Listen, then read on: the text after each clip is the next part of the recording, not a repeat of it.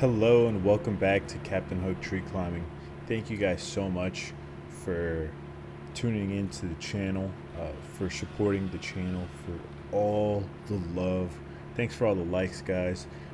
If you've learned anything from my channel, go ahead and smash that like button, guys. And if you haven't subscribed yet and you like my content, go ahead and hit that subscribe button as well. And while you're at it, why not just turn on that notification bell? Do the whole trifecta there: the like, the subscribe, the notification bell. How's that? Anyways, thank you guys for coming back. Last week we saw Mike go up. He's using an SRS system for the first time, along with applying the Spar anchor, which I'd previously taught him, previous to him climbing. I showed it to him a few days before this, and then he was able to replicate it here. So I was like, you know what, man, I'm gonna let you go up and do this tree. How does that sound to you? And he agreed. So he went up, and he's also using the Rope Burner Pro for the first time. So there's a lot of firsts, and for some people it might be a bit alarming. You know, Rope Burner Pro for the first time? Yeah, Rope Burner Pro for the first time. I mean, the only way that you learn how to use anything or learn how to climb, period, is by doing the thing. It's not really, he knows about SRT. He knows what SRT is. He knows like the whole shebang about it. You know, 1 foot taken is 1 foot gain, you know, unlike a moving rope system is 1 foot taken, 6 inches gain. And it's just like, that sucks. So yeah, SRT is very beneficial for many reasons, not just that one. However, Mike here is getting tired. He's not really having it anymore, and he wants to come down. So I'm gonna go ahead and take over for him, and yeah, let's see. Let me know what you guys thought about his work thus far, and tell me some of the things that you might have like taught him along the way. Maybe something that you can tell him like after the fact, like maybe we could like debrief him and be like, hey, you know what, you did such and such good, maybe you should do this more. You know, what is some feedback that you have for him? Go ahead and leave that in the comments. And so now it's my turn, and I'll be going up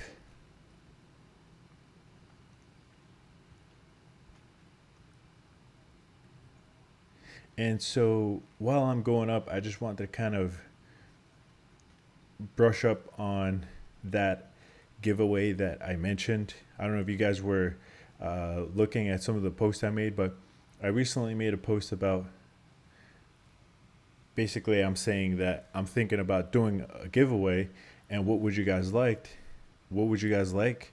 And most people said rope. So what other thing besides rope would you like? People said they couldn't have enough rope. Like, you can never have enough rope. And I don't know. I kind of disagree with that, but hey, man, to each their own. So if you guys want rope, let me know. We will set up a way for you to enter the giveaway.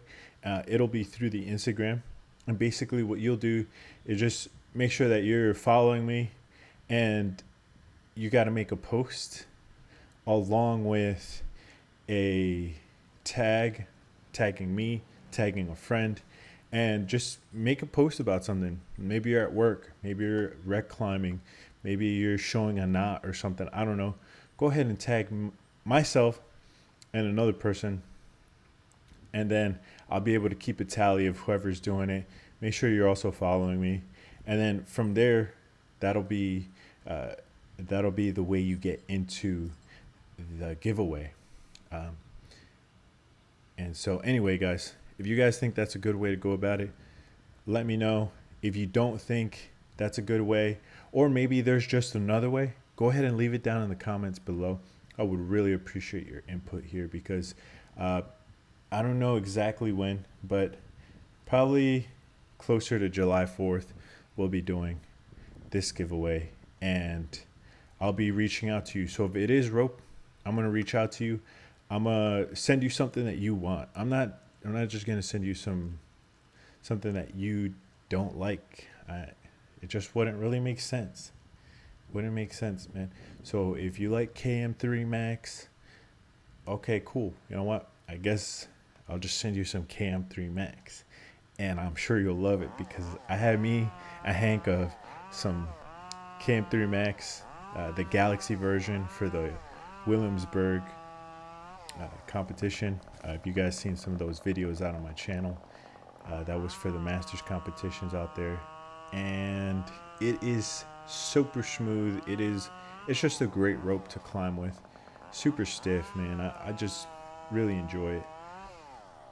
Anyway, here, let's move back into this video.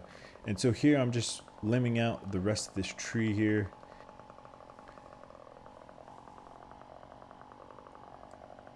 So watch where I put this lanyard, okay? So it's kind of weird to use your lanyard this way, because you kind of got like, you're crossing lanyards. What I'm doing is, in a sense, triangulating myself, just giving myself that counter support to where I'm going to be cutting, and it is also going to set me up for later when I transfer to that side of the tree. So you'll see shortly what I'm talking about, but it works several purposes, and it just right there in that position where I'm at, I'm super comfortable, just like as if I was just rut climbing and I happen to have a saw in my hand and also happen to be cutting down the tree, right? So it's got that kind of a vibe to it. That's how I feel there. And same here, right?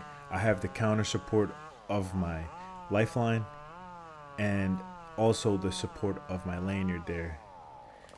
And I'm just, I'm just living life, man.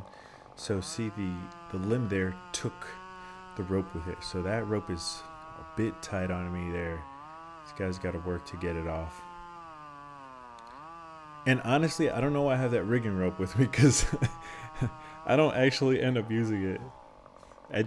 I always bring up an extra rope with me because I feel like there's a chance that I might want to use it. And sometimes I do, but sometimes I don't. So it kind of depends, I guess you could say. Anyway, let's go over here to that lanyard trick that I'm trying to show you guys here. So you see that lanyard just went slack, and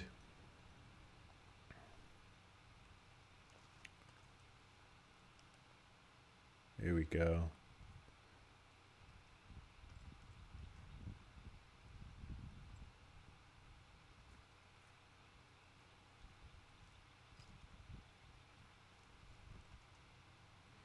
So super comfy, man. I love work positioning, man. I really enjoy putting myself in the most advantageous position for myself.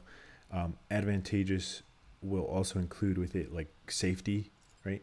It's going to take into account my safety, and it's going to take into account like the ergonomics of everything, and pretty much just kind of watching out for my body with the future in mind, because you don't want to wear your body out for nothing, you know what I mean?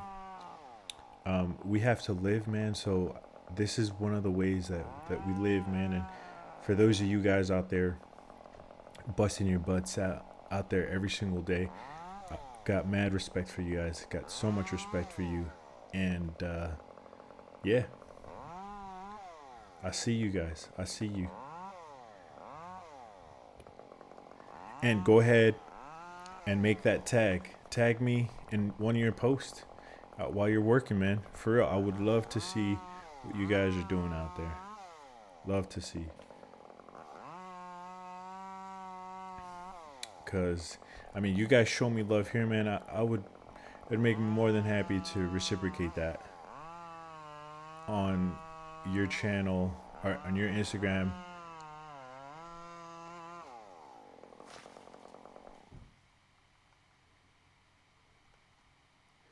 All right, so there it is.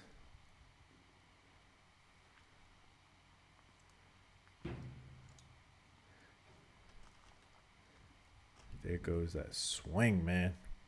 Now it's like a violent swing, but at the same time, that swing there was super controlled. It was just like swing, catch with the gaffs. It was like swing, gaff in, let's keep moving. And so I love working like this. So I finally get rid of the rigging rope here because no one is taking the branch off of that rope, so it's kind of just getting in my way now. It's useless.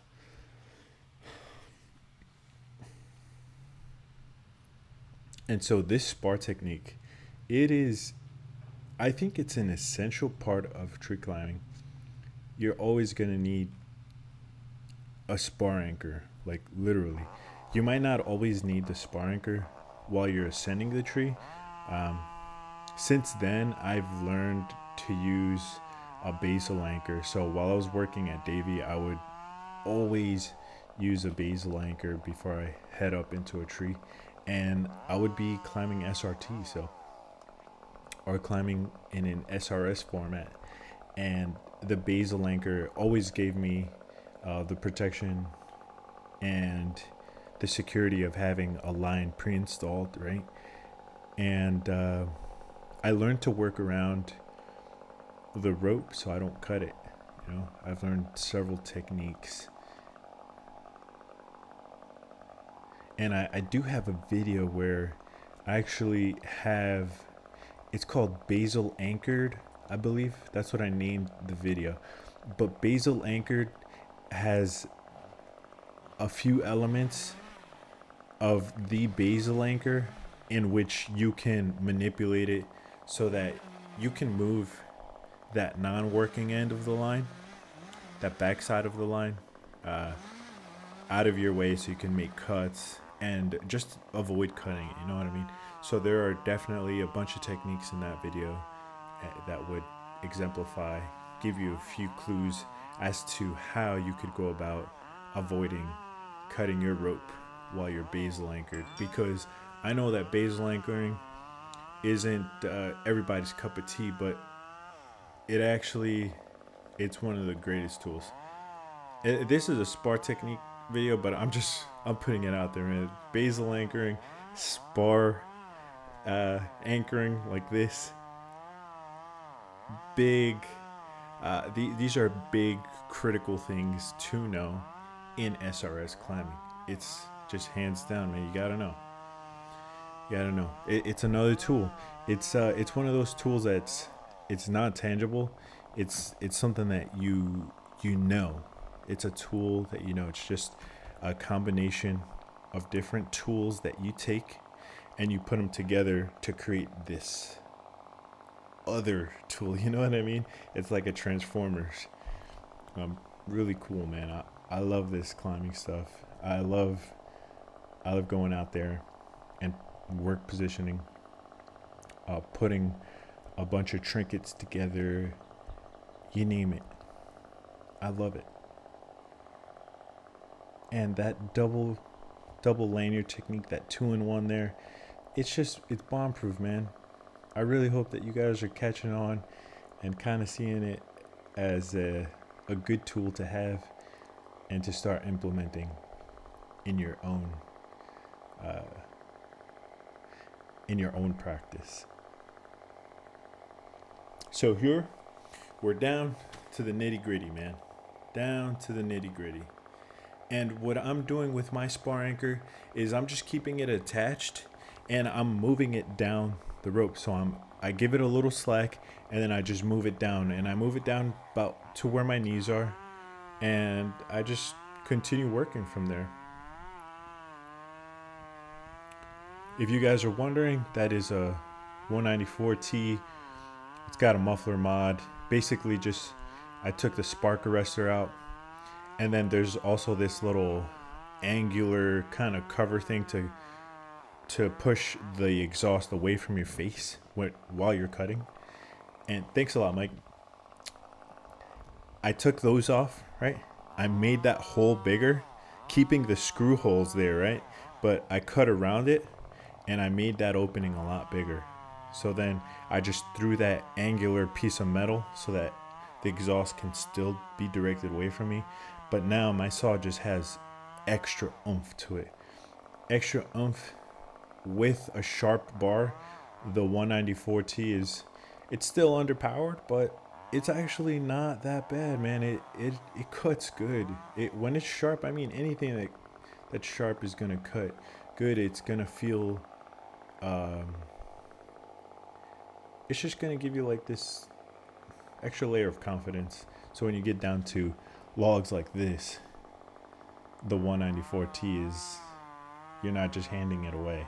It's nice and light, super light. I mean, it's incredibly light. That's what I love about it. Anybody who picks up my saw like, dude, this thing is light. I'm like, yeah, no, man, that's like literally the #1 reason why I use it.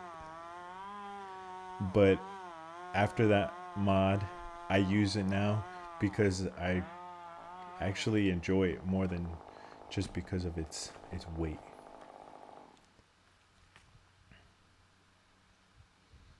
So it's got power now and it's light. So that's like all I need, really. That's what I need in a saw. I need it to be light. I need it to be powerful. But yeah, guys, this right here is basically the end of the video. What I'm getting ready to do here is keep that spar anchor there. And since I have a carabiner attached to it, what I'm going to do is take a bite from that rope that's below my hitch, go ahead and clip it to the carabiner, and then I'm going to descend on my device. And what that's going to allow me to do is basically create a really long bite that's attached to that carabiner, and it's going to allow me to pull down that spar anchor. It's literally going to allow me to pull it down. It's kind of mind-blowing, like poof. Yes, it works. It works incredible. I use this technique right here, especially when I'm working like a big spar and I have to come down and cut down a bunch of logs from it, right? So I'll come down on it, make a retrievable spar anchor, put a notch in the wood that I'm gonna cut, make sure to pull out my spar anchor, lanyard in, put the spar anchor back on underneath me, and then finish the cut and the log will go, right? Anyway, I do it so that I'm comfortable. When you're sitting in your saddle and you're making a notch, it's so much more comfortable than literally standing in your spikes and making your notch. It's a game changer, guys. So anyways, till next time, y'all. Thank you so much for all your support, for watching the video. Make sure to go ahead and leave some comments in regards to the giveaways, in regards to how we did in the video. What do you think about it? I actually had to do some color grading here because I used my old GoPro, and tell me what you think about it. So with the editing and everything, just let me know what you guys think about the whole camera angle, whatever, right? So till next time, y'all, thank you so much.